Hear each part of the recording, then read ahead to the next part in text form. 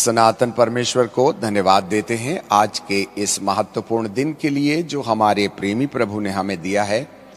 और संपूर्ण विश्व और भारत की बहुत सी प्रभु प्रेमी जनता ने इस बात के विषय में आग्रह किया कि आपके जीवन की साक्षी के साथ सेवकाई पड़ाव पर किस प्रकार के उतार और चढ़ाव आए और आपके जीवन का प्रभु यीशु मसीह के पीछे जो लक्ष्य और उद्देश्य रहा है उसकी एक गवाही हम तैयार करें।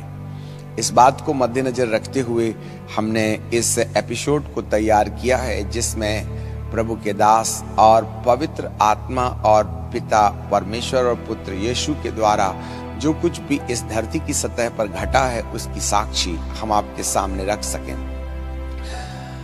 जब हम 12 वर्ष के थे, मेरे दादा पुजारी हुआ करते थे और वह तंत्र मंत्र और जादू की विद्या से आकाश से गिरने वाले उन तमाम पत्थरों को, ओलों को वो बंद कर दिया करते थे।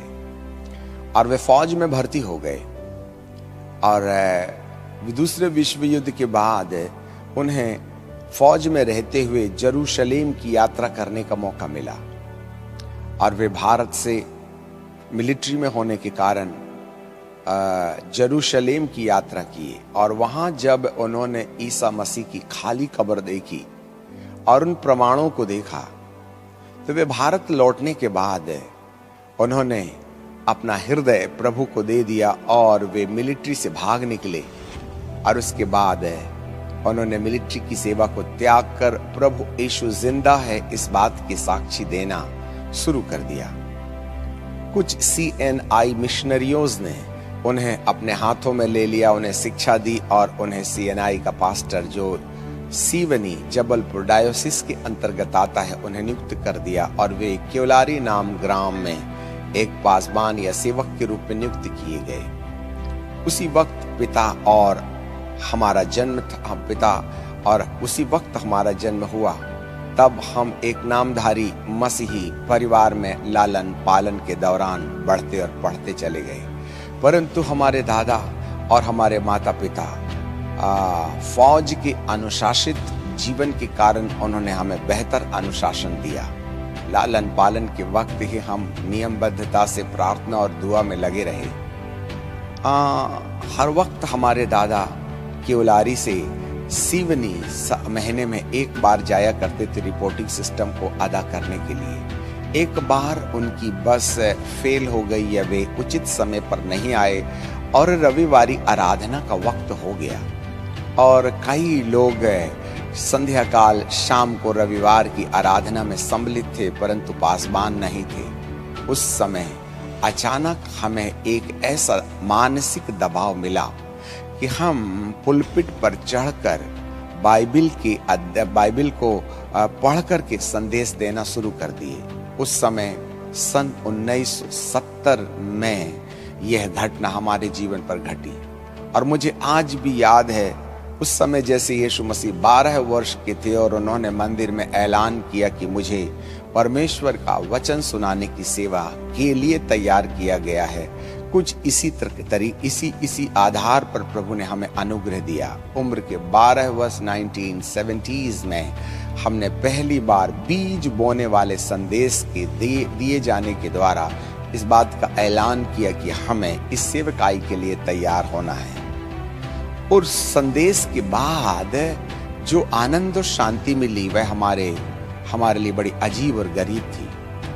सन 70 के बाद से लेकर के लगातार इन समयों के बाद बाइबिल को पढ़ने और प्रार्थना करने की रुचि में एक नया अंदाज जिंदगी में आकर के जुड़ गया और सन 1970 से लेकर सन 1980 तक इन 10 सालों में हम बच्चों के बीच में संडे स्कूल में वक्त मिल जाता, कभी किसी को बाइबिल का प्रचार किया करते या फिर बाइबिल को लेकर के बहुत घाट में या फिर पेड़ पौधों के बीच में जाते और बाइबिल पकड़ करके हम प्रचार करने की प्रैक्टिस किया करते थे। वह हमारी लगन थी।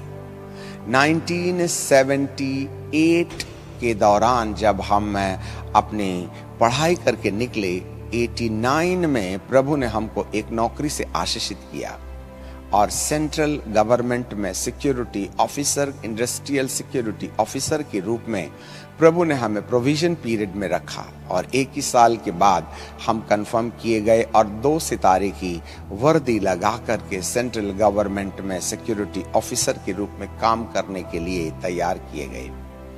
इसी दौरान हमें परमेश्वर के वचन की गंभीरता समझ में आई।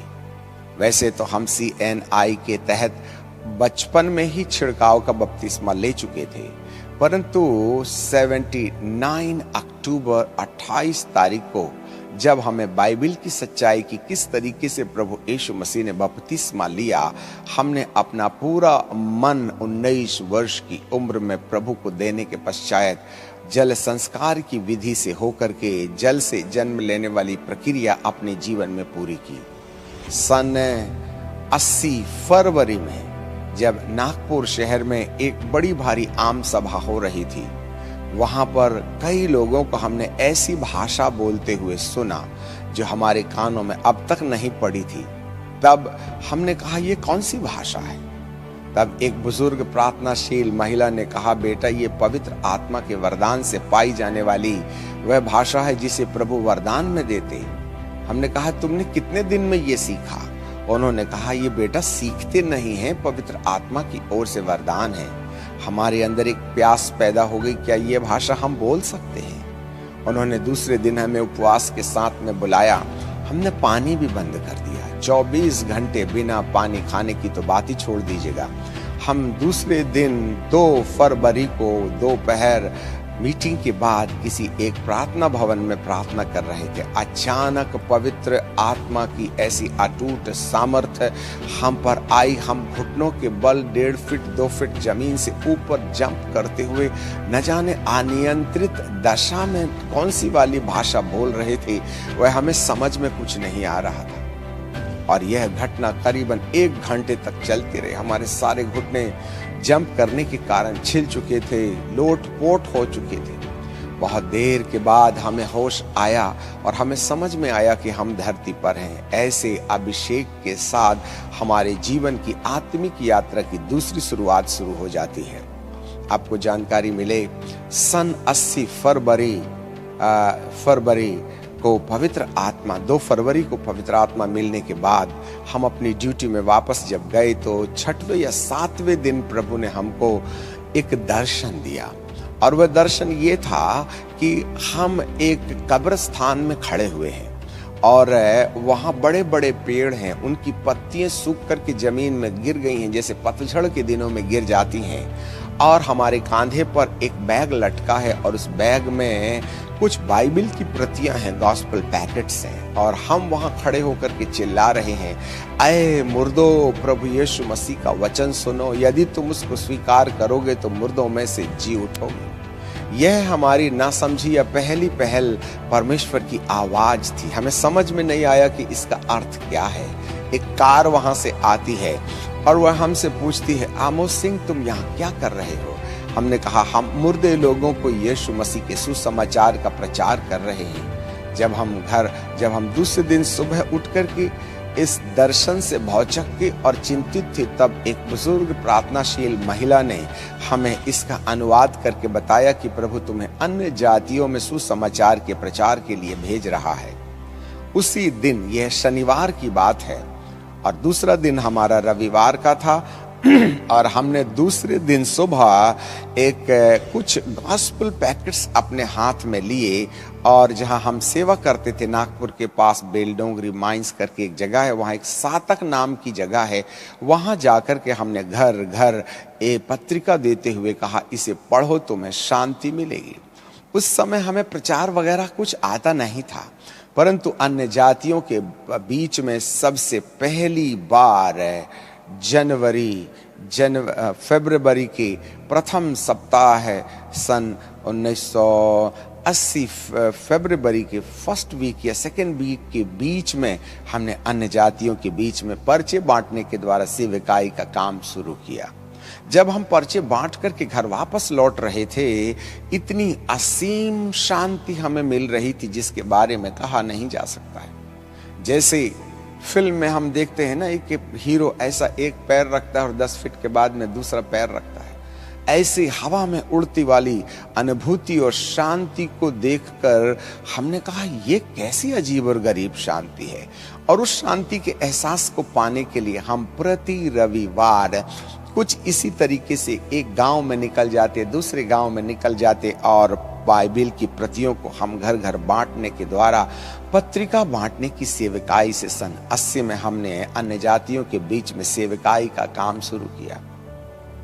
और सन 83 में प्रभु ने हमें एक दर्शन दिया 1983 में कि मैं तुझे एक दिन बालाघाट नाम की एक जगह जो मध्य प्रदेश में है वहां ले जाऊंगा और अपनी सेवा के लिए काम में लाऊंगा। पर तो हम तो सरकारी नौकर थे ना, वहां जब तक हमारा ट्रांसफर नहीं होगा या हमें नौकरी ना छोड़ना पड़े तब तक हम वहां जा तो नहीं सकते थे। ऐसे समय में लगातार जहां सरकार हमें ट्रांसफर करते रही सेंट्रल गवर्नमेंट में, हम नौकरी करते रहे, परंतु इन सारे समयों में हमारा प्रति रविवार जो छुट्टी का समय हुआ करता था, हम लोगों को सुसमाचार प्रचार करने का काम करते थे। ना तो कोई संस्था हमारे पीछे थी, ना कोई चर्च हमारे पीछे था, और ना ही किसी परमेश्वर के दास ने हमें किसी प्रकार का कोई इनकरेजमेंट्स दिया, बट केवल एक दर्शन, उस आधार पर हमने ये सेवकाई का काम लगातार जारी रखा, क्योंकि हमारे पीछे कोई एक अद्वितीय शक्ति जरूर ऐसी मदद करने में तैयार थी जो इस स्थान पर हमें उन स्थान सेवकाई के दौरान हमें ले जाया करती थी। करीबन 35 गांव में घर घर जाकर हमने एक एक को पत्रिका सुनाई और इन 1 वर्षों के अंदर अन्य जातियों से कैसे बात किया जाता है उसका हियाव हमें होने लगा।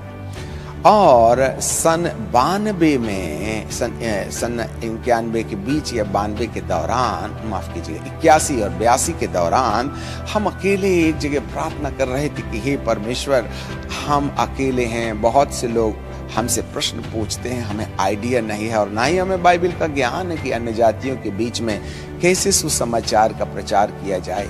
ऐसी प्रार्थना के दौरान अचानक 4 बहन और 4 भाई, 4 बहनें और 3 भाई हमारे पास में आए और कहने लगे, भैया हमने सुना है आप गांव गांव जाकर के प्रभु का प्रेम बांटते हैं, हम भी आपके साथ हो लेना चाहते हैं। आपको जानकारी मिले सन 81 के अक्टूबर, नवंबर, दिसंबर के दौरान अब हमारे साथ में 4 बहनें और हम मिलकर के 4 भाई 4 साइकिलों को अपने साथ 4 बहनों को पीछे ले लेते हैं और गांव गांव जाकर के प्रचार करना शुरू कर देते हैं। उसका नाम हमने जीवन ज्योति यूथ फेलोशिप 1981 में रख दिया।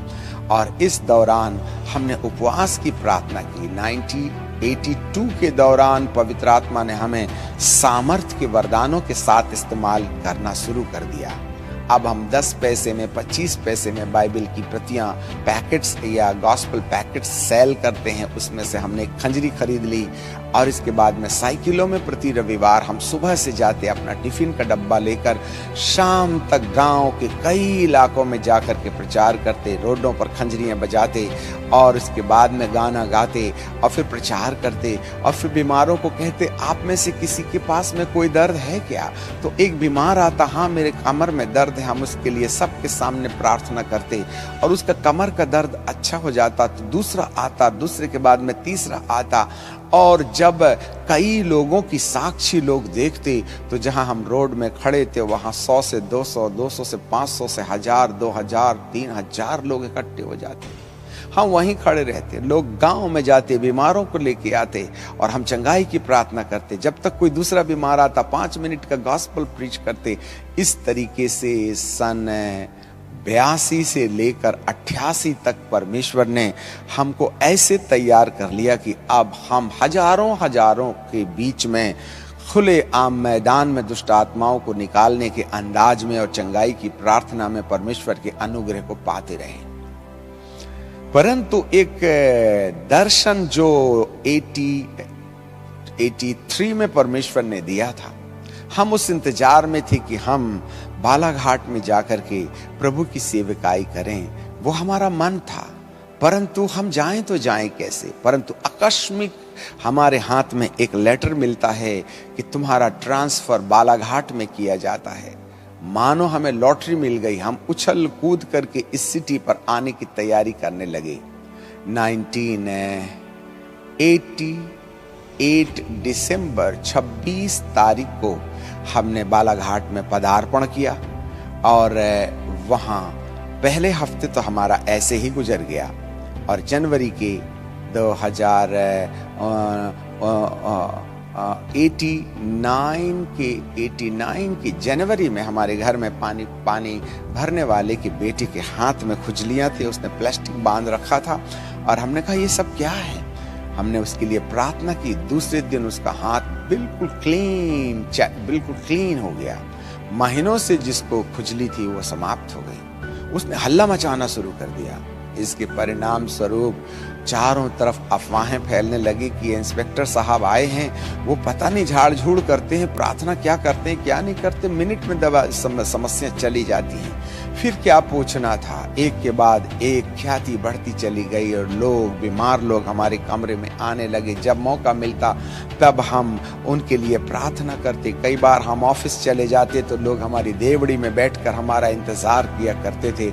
इस तरीके से महीने के अंतर्गत भारी मात्रा में हलचल मच गई बालाघाट के भरवेली नाम स्थान में, जहां आज भी हमारा आश्रम स्थित है। वहां जब अपार भीड़ आने लगी तब हमने कहा ये सरकारी बंगले में इस प्रकार की भीड़ ठीक नहीं है। हमने एक किराए का कमरा लिया और वहां जाकर के प्रति शुक्रवार आराधना हमने प्रारंभ कर दिया। शाम के 5 बजे से लेकर शाम के 8 बजे तक बीमारों के लिए हम प्रार्थना किया करते। 100, 200, 500, 1000, 1500, 2000, 3000 लोग, जगह नहीं थी कमरे में, बाड़े में बैठ करके लोग प्रार्थना किया करते थे। इसी वक्त सरकार से हमें आपत्ति हुई, क्योंकि जिस कॉलोनी में हम रहा करते थे वहां हजारों की भीड़ कहीं छकड़े में, साइकिल में, बैलगाड़ी में आया करती थी, जिससे अड़ोस पड़ोस के लोगों को दिक्कत हो गई। ऐसे समय में हमारे हायर ऑफिसर्स ने हमें बुला करके कहा कि ये सब कुछ गवर्नमेंट सर्वेंट को नहीं करना चाहिए, क्योंकि भारी प्रतिरोध बस्तियों से आने लगा। तब हमने तमाम भीड़ों को कहा आप हमारे पास आना बंद कर दीजिएगा, अपने गांव में इस प्रकार की सभाओं का आयोजन कीजिएगा, हम स्वयं वहां आ जाया करेंगे। अब बड़ी भारी मात्रा में लोग हमारे पास में आते और हर गांव के ग्राम पंचायत सरपंच, एमएलए, पटेल एक एप्लीकेशन लेकर के आते और हम उन्हें सैंक्शन कर देते कि फला तारीख को हम आपके गांव में आएंगे। और इस तरीके से जब हम उस गांव में जाते थे तो देखते थे वहां 2000 लोग हमारा इंतजार कर रहे हैं। और आपको मालूम है ये समय कब हम जाया करते थे, जब हम सुबह 8 बजे ऑफिस जाकर के 11 बजे तक अपने ऑफिस का काम कर लिया करते थे। तब 11 से 11:30 के बीच हम अपनी मोटरसाइकिल उठाते और आजू बाजू के गांव जहां हमने अपनी डेट्स दे रखी वहां जाते थे और अपार भीड़ वहां हम देखते। और ऐसे 2-3 टेबलों को लगा के, 2 तख्त लगा के लोग स्टेज बनाया करते और लोग अपार भीड़ वहां बैठी रहती थी। लंच टाइम में 12 बजे से लेकर 3 बजे तक कड़कड़ाती धूप में, चाहे वह मई की हो चाहे वह फरवरी की हो, लोग परमेश्वर का वचन सुनते थे। और उसी गांव में कोई दूसरे गांव के लोग आ जाते और हमसे तारीख ले लेते थे। 2 दिन के बाद हम कहते इसी प्रकार की सभा 2 दिन के बाद में फलाने गांव में होगी। तो इस 2000 लोगों ने जब सुना कि अगली मीटिंग दूसरे गांव में इस तारीख को होगी तो वहां 5000 की भीड़ इंतजार करती। आपको जानकारी मिले, ऐसा करके प्रति 2 दिन के बाद में, 3 दिन के बाद में सभाओं में 10,000, 20,000, 30,000, 40,000 लोग हैं। आपको मालूम होवे हम ठीक बीच में रहते तो चाहूं और लोग बैठे रहते थे। उनको मालूम था कि ये प्रार्थना रात दोपहर 12 बजे से शुरू होगी। लोग सुबह 6 बजे से स्टेज के पास में नाश्ता और पानी का डब्बा लेकर के बैठ जाया करते थे, क्योंकि जितने नजदीक यदि वे रहेंगे प्रभु के भक्त को इतनी नजदीकी से देख सकेंगे, ऐसे लोगों की धारणाएं हुआ करती थी। कई बार पूरे गांव में जब हम डेट दे दिया करते थे तो पूरे गांव को लोग लीपते थे, पोतते थे और चारों तरफ में केले के पेड़ काट काट के लगा दिए जाते थे। पूरे गांव को सजाया जाता था। ये सब एक अजीब और गरीब किस्म का एवेंजलिस्टिक मूवमेंट उस इलाके में जो बालाघाट के जिले के इर्द गिर्द हुआ वो हमने देखा। कई बार हमारे पहुंचने से पहले दुष्टात्मा ग्रसित लोग स्टेज के आजू बाजू नाचना और डांस करना शुरू कर देते थे। कई बार जब हम स्टेज में खड़े होते और माइक लेते और कहते थे, हे प्रिय भाइयों और बहनों, बस 2 लाइन बोलने की जरूरत है। मान लो 10,000 लोग हैं, उन 10,000 लोगों में से 150 लोग दुष्टात्मा ग्रसित हैं, तो वे 150 लोग अपनी अपनी जगह में सिर्फ 1 लाइन बोलने के वक्त वे अपनी जगह में खड़े होकर के चिल्लाना, चीखना, पुकारना, घुटने के बल चलना, कुलाटी मारना, रोल करना शुरू कर देते थे। ऐसे समय में कोई किसी की नहीं सुनता, चाहूं और लोग दुष्टात्मा ग्रसित लोग चिल्ला पुकार रहे हैं, अब हमारी कोई सुनने के लिए तैयार नहीं है। ऐसे समय में आधे घंटे से लेकर पौन घंटे तक हमको माइक पकड़ के खड़े रहना पड़ता था। तब धीरे धीरे बड़ी नजाकत के साथ में वे तमाम दुष्टात्मा ग्रसित लोग रोल करते, घुटने के बल सांप की तरह चलते चलते स्टेज के पास में आ जाते और हम उनका इंतजार करते कि सारे दुष्टात्मा ग्रसित लोग आ जाएं। और जो लोग नहीं आते थे, लोग उनकी टांग पैर पकड़ करके सामने ला लिया करते थे। आपको जानकारी मिले, जब वे सब एक साथ आ जाया करते थे, तब हम छुटकारे की प्रार्थना किया करते। उनसे कहते, in the name of Jesus, अंधकार की शक्तियां भागो।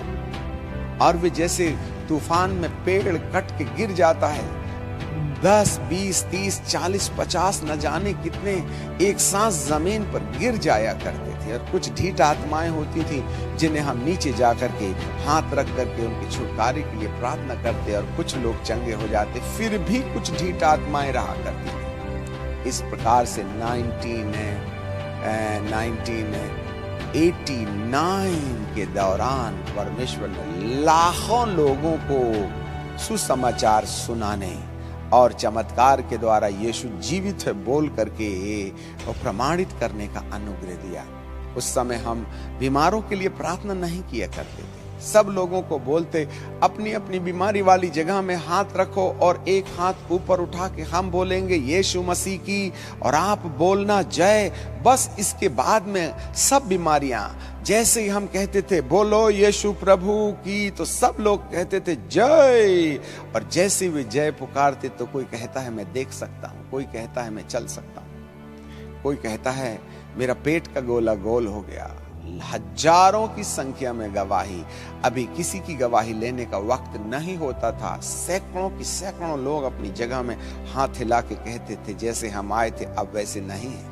इस प्रकार से परमेश्वर पिता ने एपोस्टोलिक एवेंजलिस्टिक एनॉइंटिंग के तहत बालाघाट में 89 के दौरान एक ऐसी आंधी लेकर के आई जिसके कारण से पूरे जिले के घर घर में यीशु मसीह का नाम फैल गया और लोगों ने सुना कि प्रभु इतने महान है।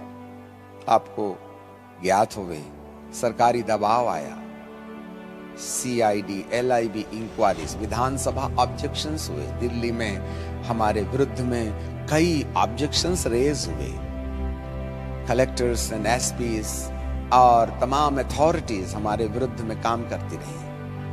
परमेश्वर का जलजला देखा गया। जो जो अधिकारी हमें तकलीफ दिए वे भारी मुसीबत में पड़ गए। जिसकी ओर यहोवा है उसका दुश्मन कौन हो सकता है। बहुत बारीकी से नहीं जाएंगे, आगे चलते हैं। एट लास्ट हमने निश्चय किया हम अपनी नौकरी से इस्तीफा दे देंगे, क्योंकि सरकार ने हमको बालाघाट से कहीं दूसरे शहर में जो करीबन 200 किलोमीटर दूर है हमारा स्थानांतरण कर दिया। हम बड़ी वेदना और पीड़ा में जाकर जंगलों में प्रार्थना करने लगे तो एक ओर हमें नौकरी दिखाई देती है और दूसरी ओर वो अपार भीड़ जिसकी जरूरत आज प्रभु को है, प्रभु की जिन लोगों को जिनको जरूरत है प्रभु की। एट लास्ट हमने निश्चय किया कि हम अपनी नौकरी से इस्तीफा दे देंगे। आपको मालूम होगा सन 90 फरवरी 2 तारीख को हमने अपनी नौकरी से इस्तीफा दे दिया और पूर्णकालीन सेवकाई में लग पड़े। और 12 साल की ग्रेजुएटी एंड प्रोविडेंट फंड से प्रभु ने हमको जो कुछ भी दिया था वह सब कुछ हमने प्रभु के लिए समर्पित कर दिया। अपने उस समय हमारे 2 बेटों का जन्म हो चुका था और उस समय न हमने अपनी पत्नी के लिए एक रुमाल खरीदी और न ही अपने बच्चों के लिए। आपको जानकारी मिले, हमारे छोटे बेटे के लिए शायद खाने के लिए सेरेलेक्स नहीं था। हमने सरकारी बंगला छोड़ा। किसी विश्वासी ने हमको अपने घर के बाजू में गाय बांधने के कमरे में अपना सामान रख करके वहां पलंग लगा के सोने की हमें अनुमति दी और सन 90 के दशक में हमने गाय के कमरे में रह करके पूर्णकालीन सेवकाई का काम शुरू किया। 2 बच्चे हैं और गाय का कमरा है, उसमें दरवाजा नहीं हुआ करता था। हम खाना बना के रखते थे, खड्डे का दरवाजा था। कुत्ता मुंह मार करके दरवाजे को तोड़ के अंदर आता और खाना खा के चले जाता। जब हम मीटिंग से आके देखते तो गंजी धुली पड़ी हुई। ऐसे समय में प्रभु ने हमें सिखाया कि पूर्णकालीन सेवकाई का तथ्य सत्य क्या होता है। आपको जानकारी मिले, ऐसा करके हमने उन गांवों में जहां हमारे क्रूसेड्स हुआ करते थे वहां व्यक्तिगत जाकर के होम सेल्स या प्रार्थना समूह बनाने का अभियान हमने शुरू किया। 91 में मार्च के महीने में पहली कलीसिया का निर्माण बालाघाट में हुआ, जिसमें 35 लोगों ने बपतिस्मा लिया। ये पहला दौर था और उसके बाद में जो क्रम चला लगातार जारी रहा। सन 91 में जब हम अकेले गांव जाकर के हाउस चर्च या प्रेयर सेल या प्रेयर मूवमेंट स्टार्ट करने के लिए गए तो हमने कहा हमारे साथ काम करने वालों को तैयार करना चाहिए बोल करके हमने पहला पावर मिनिस्ट्री के नाम से एक 15 दिनों का ट्रेनिंग प्रोग्राम तैयार किया। 91 में पहले पावर मिनिस्ट्री में 35 लोगों का हमने प्रशिक्षण दिया। ग्रेजुएटी के पैसे से हमने कुछ जमीन खरीदी और एक छोटा सा हॉल बनाया 40 बाई 35-20 का, और वहाँ फ्लोर नहीं हुआ करती थी और ज़मीन गीली रहा करती थी। प्लास्टिक बिछा करके उसमें सतरंजी डाल करके लोग उसी में सोया करते थे और वहीं हम क्लास चलाया करते थे। वहाँ से हमारी पहली पावर मिनिस्ट्री शुरू हुई। पावर मिनिस्ट्री के आखिरी में जब हम एनॉइंटिंग प्रेयर किया करते थे, इतना भयानक अभिषेक कि लोग अपने पैरों पर खड़े नहीं रह पाते थे, जमीन पर गिर जाते थे। उन्हें बहुत देरों तक, कई मिनटों तक बेहोशी की हालात में वे पड़े रहते थे। इस तरीके का अभिषेक, और वहां से जाने के बाद उनके द्वारा चिन्ह, चमत्कार, भविष्यवाणी, चंगाई, दुष्ट आत्माओं के निकालने का कार्यक्रम शुरू हो जाता था।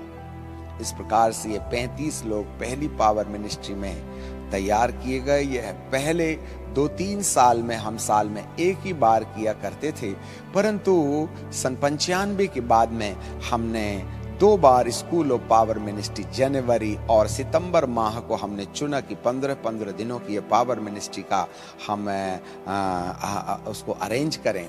ऐसा करके बड़ी भारी मात्रा में लोग आने लगे क्योंकि भारी रिजल्ट दिखाई देते थे।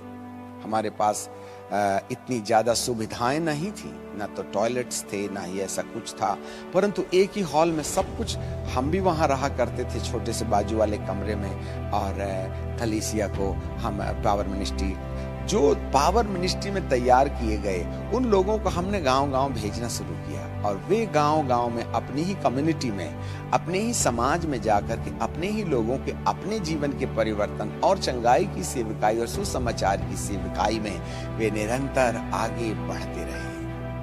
परिणाम स्वरूप 2090 तक, लगभग 2000 के दौरान तक हमने 75 पास्टर्स, एवेंजलिस्ट लोगों को मिशनरी बना करके पवित्र आत्मा के अभिषेक के साथ शिक्षा दे करके, ऑर्डिनेशन दे करके उन्हें भेजा कि वे अलग अलग जगहें, पहले 3 साल में हाउस चर्च लीडर, अगले 5 साल में एवेंजलिस्ट, और 7 साल के बाद उन्हें पास्टर्स ऑर्डिनेशन देने की प्रक्रिया हमने ईश्वरीय प्रकाशन से शुरू की।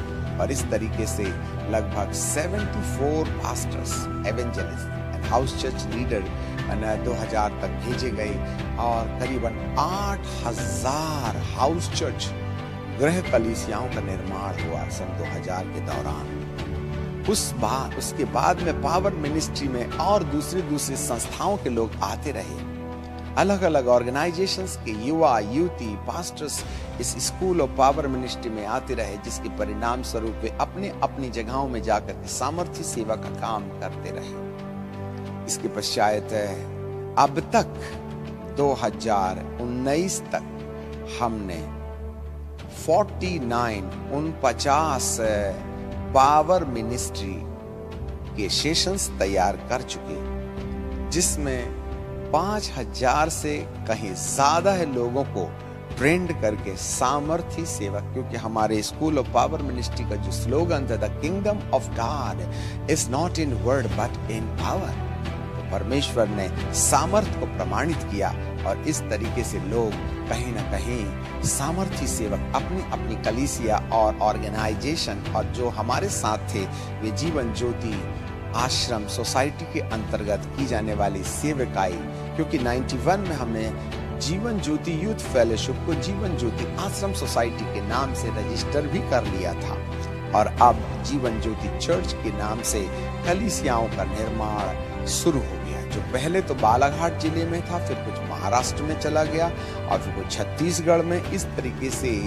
इन 3 जिलों के अंदर में प्रारंभ में कलीसिया रोपण का काम शुरू हो गया। यह क्रम चलता ही चला गया। इस बीच में कई उतार चढ़ाव आए। हर महीने कहीं LIV इंक्वायरीज है, हर महीने कहीं प्रतिरोध है, कहीं जुलूस निकाले जा रहे हैं, कहीं पेपर में दूषित सुसमाचार सुनाया जा रहा है। इतनी आंधियां आई। यदि प्रभु हमारे साथ ना होता तो हमारा नाम और निशान मिट गया होता। परंतु परमेश्वर पिता को हम धन्यवाद देते हैं कि कई बार हम पीटे गए, मारे गए, लोगों ने रॉड से मारा, डंडों से मारा, पिटाई की। रीवा की मीटिंग्स में हमें लोहे की 1.25 इंची रॉड से पीटा गया, डंडे से पीटे गए, हमारे लोगों को लात और जूतों से मारा गया, चर्च में आग लगा दिया गया। बालाघाट में, गंगानगर में चर्च में आग लगा दिया गया, हमारे सारे इंस्ट्रूमेंट्स जल गए। इस प्रकार के कई उतार और चढ़ाव सन 2000 के बाद से आते रहे, परंतु लगातार परमेश्वर का काम बढ़ते चला गया। लोग जुड़ते चले गए।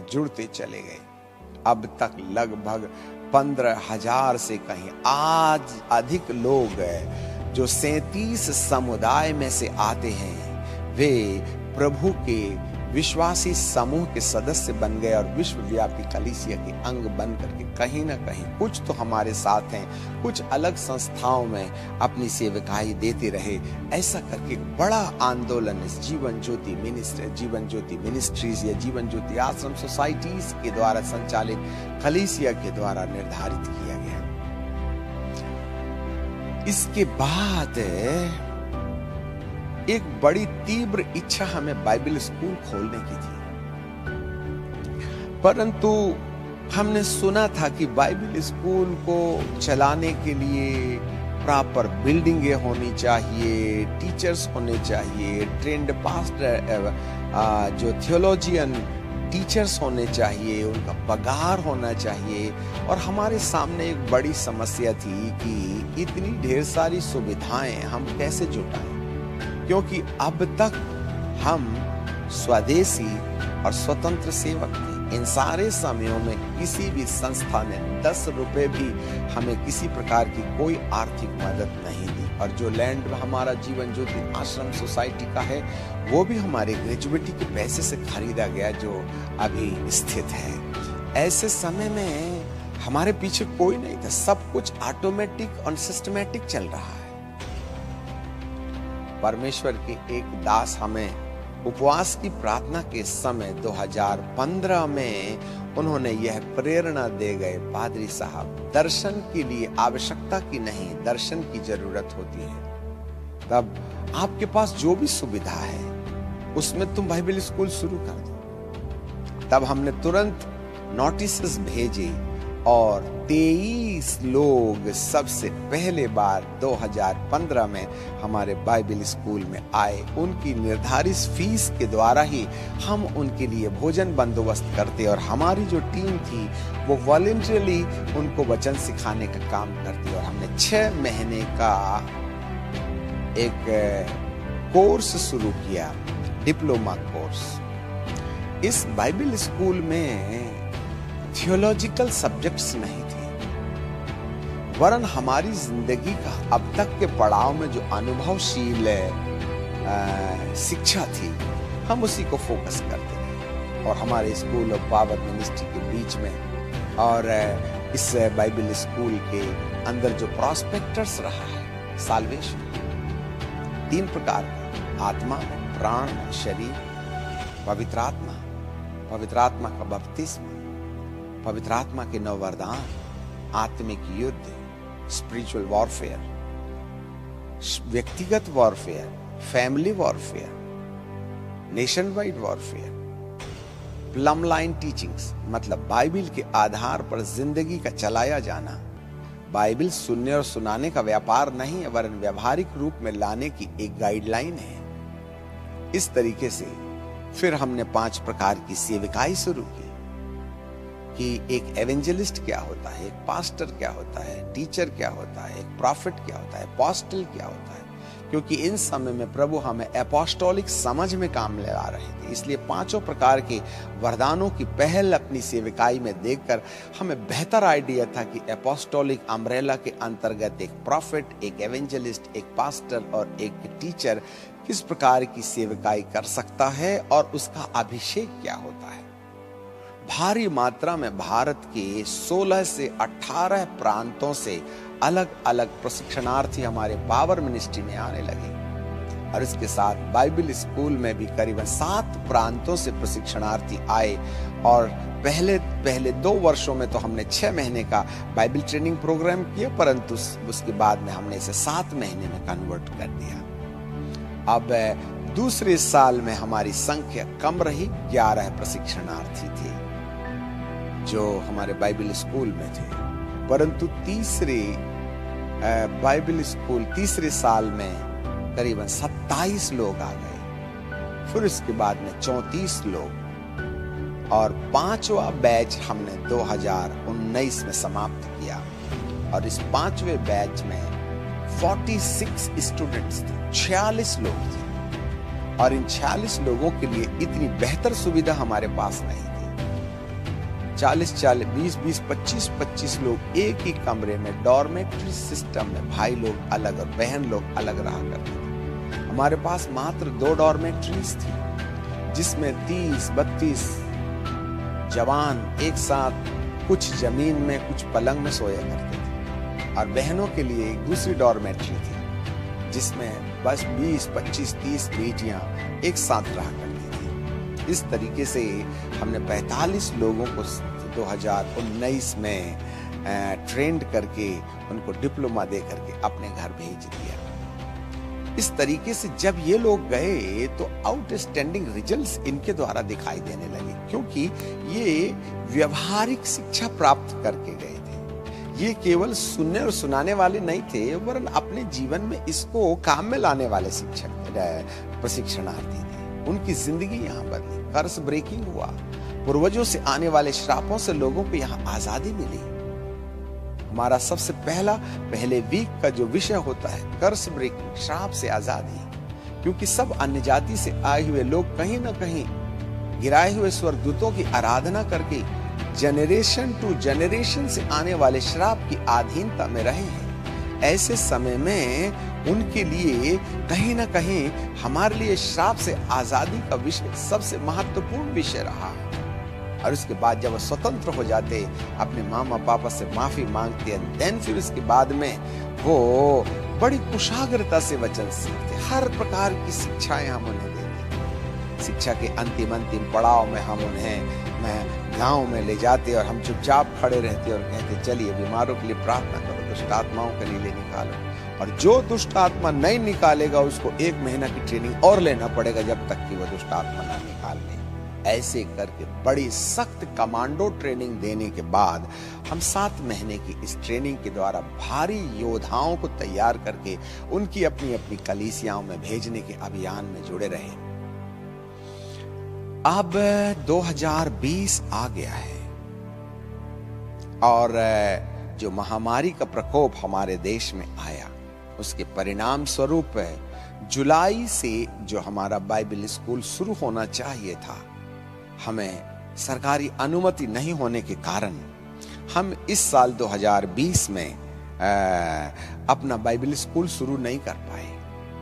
परंतु जब हमने एक इनविटेशन भेजा कि हम इस साल सरकार की अनुमति का इंतजार कर रहे हैं, आप एडवांस में फॉर्म भर करके दे दीजिएगा, तो ऐसे समय में हमारे पास लगभग 70 से लेकर 70 प्रशिक्षणार्थियों से ज्यादा लोगों के एप्लीकेशंस आज तक हमारे पास आ चुके हैं। और हर एक दिन के बाद लोग हमें फोन करके पूछ रहे हैं कि ये कब शुरू होगा। परंतु अभी तक भारत की सिचुएशन इतनी आसान नहीं, जिसके कारण से हम इस विपरीत परिस्थितियों में इस बड़ी भीड़ को बुला सके। अब हमारे पास में एक सबसे बड़ी समस्या यह रही है कि सोशल डिस्टेंसिंग के आधार पर अब हम डॉर्मेट्री सिस्टम में सबको जमीन पर नहीं रख सकते। ऐसे समय में हमने बीते लॉकडाउन के पहले प्रभु ने जो कुछ भी हमको धन संपत्ति दी थी, उससे हमने कुछ अलग कमरे बनाने का अभियान शुरू किया। और ये सब कुछ विश्वास की सेवा के अंतर्गत हुआ, क्योंकि क्रूसेड मिनिस्ट्री के द्वारा जो कुछ भी लोग हमको भेंट दिया करते थे, उससे हम लोग इसी आश्रम में पावर मिनिस्ट्री के लिए और बाइबल स्कूल के लिए कंस्ट्रक्शंस कर दिया करते थे। तो एक बड़ा कंस्ट्रक्शन हमने खड़ा किया, जिसमें कम से कम 8 से 10 रूम हैं, जिसमें 4-4 लोगों को भी रखा जाए तो सोशल डिस्टेंसिंग का हम प्रावधान भी अपना सकते हैं, इससे पहले कि हम अगला बाइबल स्कूल शुरू करें। इस बाइबल स्कूल के लिए अब डॉर्मेट्री सिस्टम में 50 लोगों को रखना हमारे लिए कानूनन गैर कानूनी है। ऐसे समय में अभी हमारे पास में एक सबसे बड़ा आंदोलन ये है कि जो खड़ा हुआ कंस्ट्रक्शन है, जिसमें हमने दीवारें खड़ा करके और उसकी छत ढाल दी है, परंतु अंदर प्लास्टर और उसकी खिड़कियां वगैरह बनाए बिना हम उनमें प्रशिक्षणार्थियों को नहीं रख सकते। तो आज हमारे सामने एक बड़ा चैलेंज है। जब लॉकडाउन में आर्थिक परिस्थितियों से होकर के जनवरी महीने से हमारे सारे कोर्सेस बंद पड़े हुए हैं, तो ऐसे समय में इस अधूरे निर्माणाधीन बाइबल स्कूल के कमरों को पूर्ण करना हमारे लिए एक सबसे बड़ी चुनौती बना है। अभी हम इंतजार कर रहे हैं कि जैसे ही भारत की स्थितियों में दबाव कम होता है, सोशल डिस्टेंसिंग को मद्देनजर रखते हुए यदि सरकार हमें अनुमति देती है कि हम अपना अगला बाइबल स्कूल शुरू करें, तो हम उनकी परमिशन का इंतजार कर रहे हैं। परंतु उनके आने से पहले हमारे सामने एक बड़ी चुनौती है। बाइबल स्कूल के रूम के लिए जो अधूरा खड़ा पड़ा है, जिसमें एक लंबा रूम हमने बना रखा है, जिसमें पास नहीं वरन दूर बिठाल कर एटलीस्ट हम 50 लोगों को प्रशिक्षण दे सकते हैं और 50 लोगों के ठहरने का बंदोबस्त कर सकते हैं। जो केवल स्ट्रक्चर है, परंतु उसकी जो सुविधाएं हैं, फ्लोरिंग है और प्लास्टर है, खिड़की है, पंखे हैं, ये अधूरा काम हमारे सामने अधूरा बकाया पड़ा हुआ है। और हम परमेश्वर की ओर निहार रहे हैं कि परमेश्वर हमें शक्ति दे कि अगले बाइबल स्कूल यदि हो सकता है अक्टूबर अगस्त के बाद में, यदि सिचुएशन सामान्य हो जाती है, तो अगस्त सितंबर तक हम स्कूल पावर मिनिस्ट्री के टाइम पर अपना बाइबल स्कूल शुरू करें। ऐसी कुछ योजनाएं हमारे मन में आ रही हैं, परंतु हमारे हाथ आसमान की ओर उठे हुए हैं। बहुत से लोग भारत से इस लॉकडाउन में हमारे यूट्यूब्स के द्वारा जो आशीष उन्होंने पाई है, उन आशीषों के द्वारा सैकड़ों लोगों का एक टेलीफोन हमारे पास में आया। मोबाइल के द्वारा उन्होंने बातचीत की कि हम आपकी सेविकाई में किस तरीके से खड़े हो सकते हैं। अभी तक हमने अपने यूट्यूब्स में ना तो हमने कभी किसी से ये आग्रह किया है, और इन 40 सालों की सेवकाई में ना तो हमने किसी संस्था के सामने हाथ फैलाया है, और ना ही किसी संस्था के साथ अफिलिएट हुए हैं, और ना ही किसी संस्था ने अब तक के पड़ाव में हमें 10 रुपए भी देने का कोई वायदा किया है। यह सब कुछ आज भी हम 45 पास्टर्स एंड एवेंजलिस्ट लोगों की आर्थिक मदद करते रहे हैं, जो कम से कम 17 प्रांतों में प्रभु की सेवकाई करते रहे। मेजर सिटीज में चले जाएं तो मुंबई, कोलकाता, दिल्ली, नागपुर, भोपाल, इंदौर, ऐसे बड़े बड़े शहरों में झुग्गियों और झोपड़ियों में कलीसिया रोपण का काम कर रहे हैं। महाराष्ट्र, मध्य प्रदेश, छत्तीसगढ़, यूपी, अरुणाचल प्रदेश, हिमाचल प्रदेश, ओडिशा, वेस्ट बंगाल और नेपाल में कुछ काम अभी हमारा शुरू हुआ है। इस तरीके से भारी मात्रा में उत्तर भारत के गुजरात अधिकांश प्रांतों में कलीसिया रोपण का इस सेवकाई के द्वारा आंदोलन चला हुआ है। परंतु इन समस्त सेवकों को या तो अपनी कलीसिया से आर्थिक संपत्ति उठानी पड़ती है, या कुछ थोड़ी सी मदद जो हमें क्रूसेड्स के द्वारा मिल जाती है उसके द्वारा हम इनकी आर्थिक मदद करते हैं। और दूसरी ओर से जगह जगह गांव में हमें जमीन खरीदने और वहां चर्च बनाने का भी आंदोलन हमारे लिए एक बड़ा चैलेंज बना पड़ा हुआ।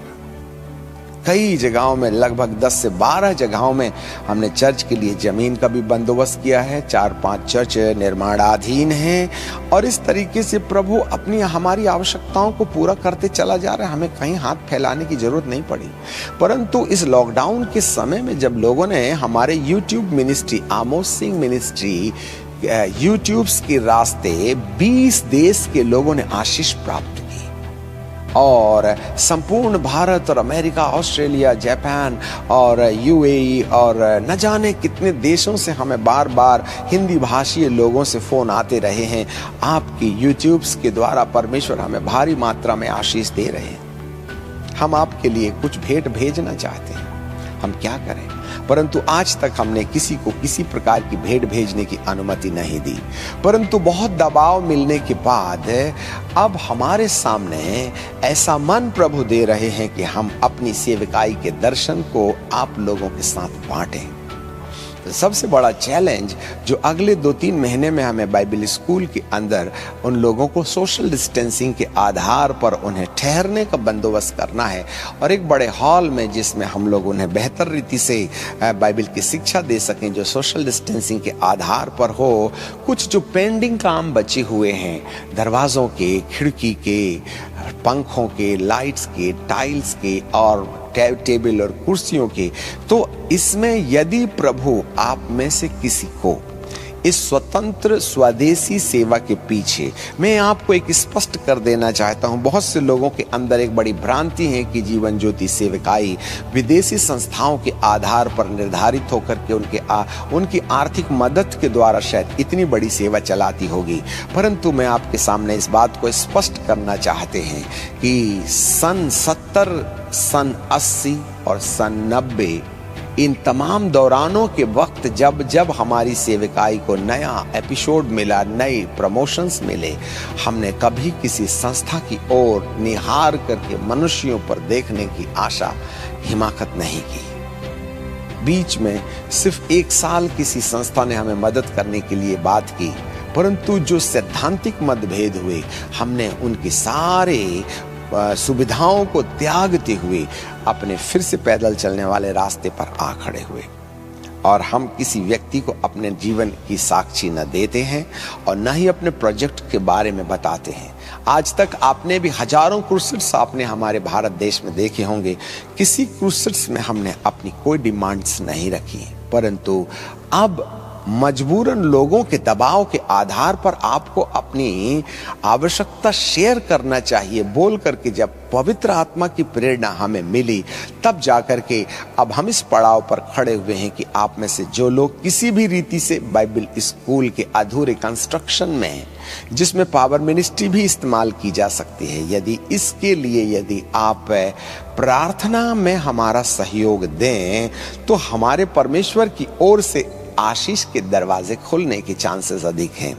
और दूसरे ओर से यदि आप में से कोई व्यक्ति है जो इस प्रोजेक्ट्स के पीछे खड़े होने में पवित्र आत्मा की प्रेरणा पाता है, तो हम अगले 2 महीनों में हम बेहतर तैयारी करना चाहते हैं, जिससे कि हम स्कूल ऑफ पावर मिनिस्ट्री तो इस बार नहीं कर पा रहे हैं, स्कूल ही हम चला पाएंगे, बाइबल स्कूल।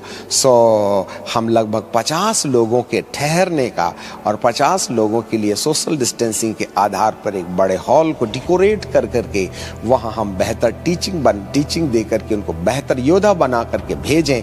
इस कल्पना में हम आपके सामने अपना निवेदन रख सकते हैं। यदि आप में से किसी को ऐसा मन हो रहा है, प्रार्थना के साथ साथ यदि आप आर्थिक रीति से हमारे पीछे खड़े रहना चाहते हैं, तो हम अपना अकाउंट नंबर आपको नहीं देंगे। आपको अपने ही फोन से एक फोन पर फोन लगाना होगा।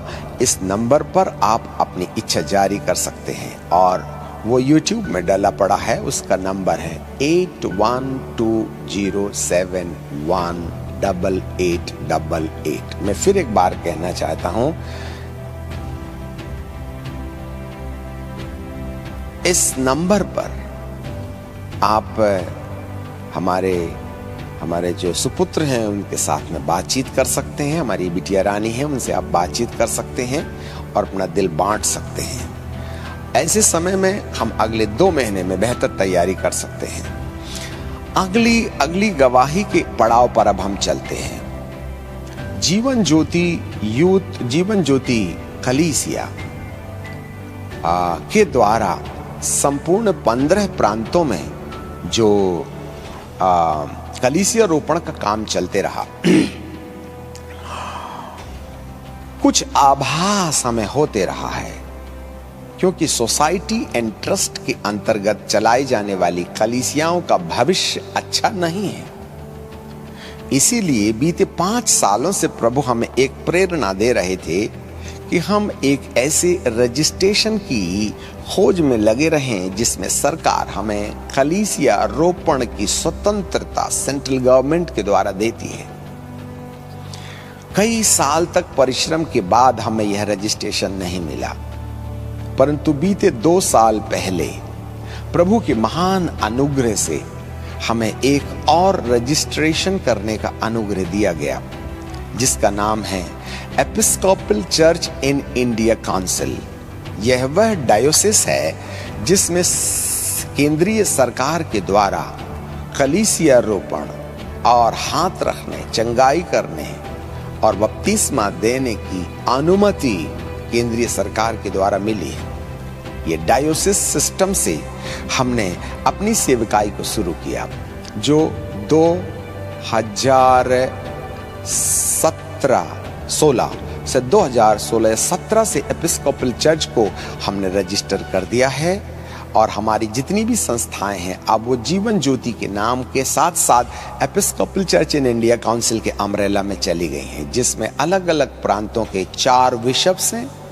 और Episcopal church in India council के तहत प्रतिवर्ष हम ऐसे लोग जो स्वतंत्र सेवक हैं, जिनके पास में कोई कलीसियाई रजिस्ट्रेशन नहीं है और जिनके पास कोई संस्थाई अम्ब्रेला नहीं है, ऐसे अनाथ सेवकों को हम Episcopal church in India council के द्वारा ऑर्डिनेशन दे करके उन्हें छतरी भी देते हैं। उसमें भी कई विभाग हैं। एक व्यक्तिगत अम्ब्रेला है जिसमें हम पास्टर्स ऑर्डिनेशन देते हैं, और दूसरा संस्थाई अम्ब्रेला है जिसमें उनकी संस्था हमारी Episcopal church in India council के रजिस्ट्रेशन को लेकर के पूर्णतः मसीही संस्थान के रूप में सरकार के सामने पारदर्शी हो सकती हैं।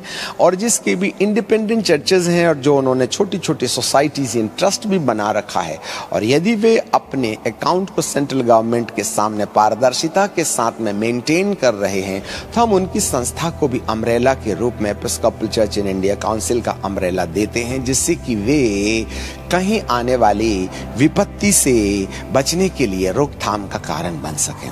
अब तक हमने 200 पास्टर्स लोगों को, जो गुजरात, महाराष्ट्र, नेपाल, अरुणाचल प्रदेश, हिमाचल प्रदेश, छत्तीसगढ़, बिहार, यूपी, दिल्ली, ऐसे करीबन 16 से 17 प्रांतों से आने वाले इंडिपेंडेंट चर्चेस को हमने अम्ब्रेला दे रखा है।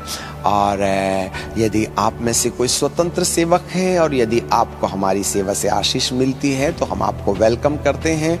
आत्मिक रीति से हम आपके साथ खड़े रहेंगे और प्रशासनिक रीति से जो भी एपिस्कोपल चर्च के द्वारा जो अनुमति मिली है उस शेल्टर हम दे सकेंगे। पर एक बात हमें याद रखना चाहिए, हम किसी भी व्यक्ति की कोई आर्थिक मदद नहीं करते हैं, क्योंकि हम खुद ही स्वतंत्र सेवक हैं और स्वदेशी सेवक हैं, और ना ही हम किसी संस्था से किसी प्रकार की कोई भी आर्थिक मदद की उम्मीद करते हैं। परंतु जो प्रभु प्रेमी लोग हैं, जिन्होंने हमारी सेवा को देखा जाना है, वे ही लोग हैं जो हमें आर्थिक रूप में अब तक उठाते रहे हैं, और हमारा कारवां अब तक विश्वासी जगत की सेवकाई के द्वारा चलते रहा है।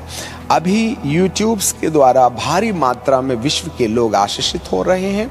हमारे यूट्यूब्स में आप चलते रहिएगा और हमें प्रार्थना में उठाए रखें। Episcopal church in India council के बारे में आपने जो सुना है उसको अपने इष्ट मित्रों को बताएं, और आप में से कोई इस सेवकाई के पीछे प्रार्थना में खड़े होना चाहते हैं तो आपकी प्रार्थना वैल्यूएबल है। और यदि कोई आर्थिक रूप में इसको उठाना चाहता है, स्पेशली इस समय इन 2 महीनों में बाइबल स्कूल के प्रारंभ होने से पहले अधूरे काम को पूरा करने के लिए, तो आप हमारे 8120718888 के नंबर पर आप हमसे संपर्क कर सकते हैं। पिता परमेश्वर आपको आशीष दे। हमारी गवाही में तो और भी बहुत कुछ है जिसको एलेबोरेट नहीं किया जा सकता है। जेल में 3 बार जाना पड़ा, लोहे की रॉड से मार खाना पड़ा, और धक्का दे के बाहर निकाला जाना पड़ा। क्या कुछ हुआ है। देखिए, जिस पड़ाव पर आज हम पड़े हैं ना, वह इतनी आसानी से नहीं। हमारी पीठ पर 1 इंची रॉड से, जैसे यीशु की पीठ पर कोड़े पड़े थे, ऐसी धारियां हफ्तों तक खून पसीजते रहा पीठ से। पत्नी के गले पर चाकू डाल दिया गया और आज भी उनके गले पर एक चाकू का निशान है, छोटा सा। ऐसी परिस्थितियों में भी प्रभु हमारे साथ बने रहे। लंबी गवाही है, वक्त कभी मिला तो जरूर 2-4 होते रहेंगे। पिता परमेश्वर आपको आशीष दे। हमारी Episcopal church in India council के इस अभियान को प्रार्थना में याद करें, जिसका पुराना नाम जीवन ज्योति मिनिस्ट्रीज है। इसे आप उठा सकते हैं। हमारे यूट्यूब्स का फायदा उठाएं। हमारे परिवार को, हमारे साथ में सहयोगियों को जो हमारे जीवन ज्योति अभियान में जुड़े हुए हैं, उनको प्रार्थना में लगातार याद करते रहें। हमने कमेंट बॉक्स को बंद किया हुआ है, जिससे कि हम किसी प्रकार की अच्छी और बुरी बात सुन करके अपने मन को आनंदित और दुखी नहीं करना चाहते हैं। इसलिए यदि आप में से किसी को कोई गवाही देना है तो YouTube में डले दोनों नंबरों पर आप बातचीत कर सकते हैं। 8120714444 ये दूसरा भी नंबर है जिसमें आप अपने प्रार्थना निवेदन भेज सकते हैं। पिता आपको आशीष दे। हमारी सेवकाई आपके लिए और भारत के लिए और धीरे धीरे अब विश्वव्यापी रूप में आशीष देने के लिए हाथ बढ़ा रही है। दुआ मांगे। सनातन परमेश्वर, जिन लोगों ने आपके दास और इस प्रेरिताई आंदोलन की गवाही सुनी है, जिसमें अंत के दिनों में कैसे योद्धाओं को तैयार किया जाए और वे कलीसिया को कैसे अंत के दिनों में यीशु के आगमन में उठाए जाने के लिए तैयार कर सकते हैं, आए पिता परमेश्वर ऐसे योद्धाओं को तैयार करने की जो जलजलाहट आपने हमें दी है, उसमें बहुत से लोगों को खड़े रहने का अनुग्रह दीजिएगा। हम आपको धन्यवाद और महिमा और आदर देते हैं। इस प्रार्थना को नजराना यीशु के नाम में मांग लेते हैं। आमीन।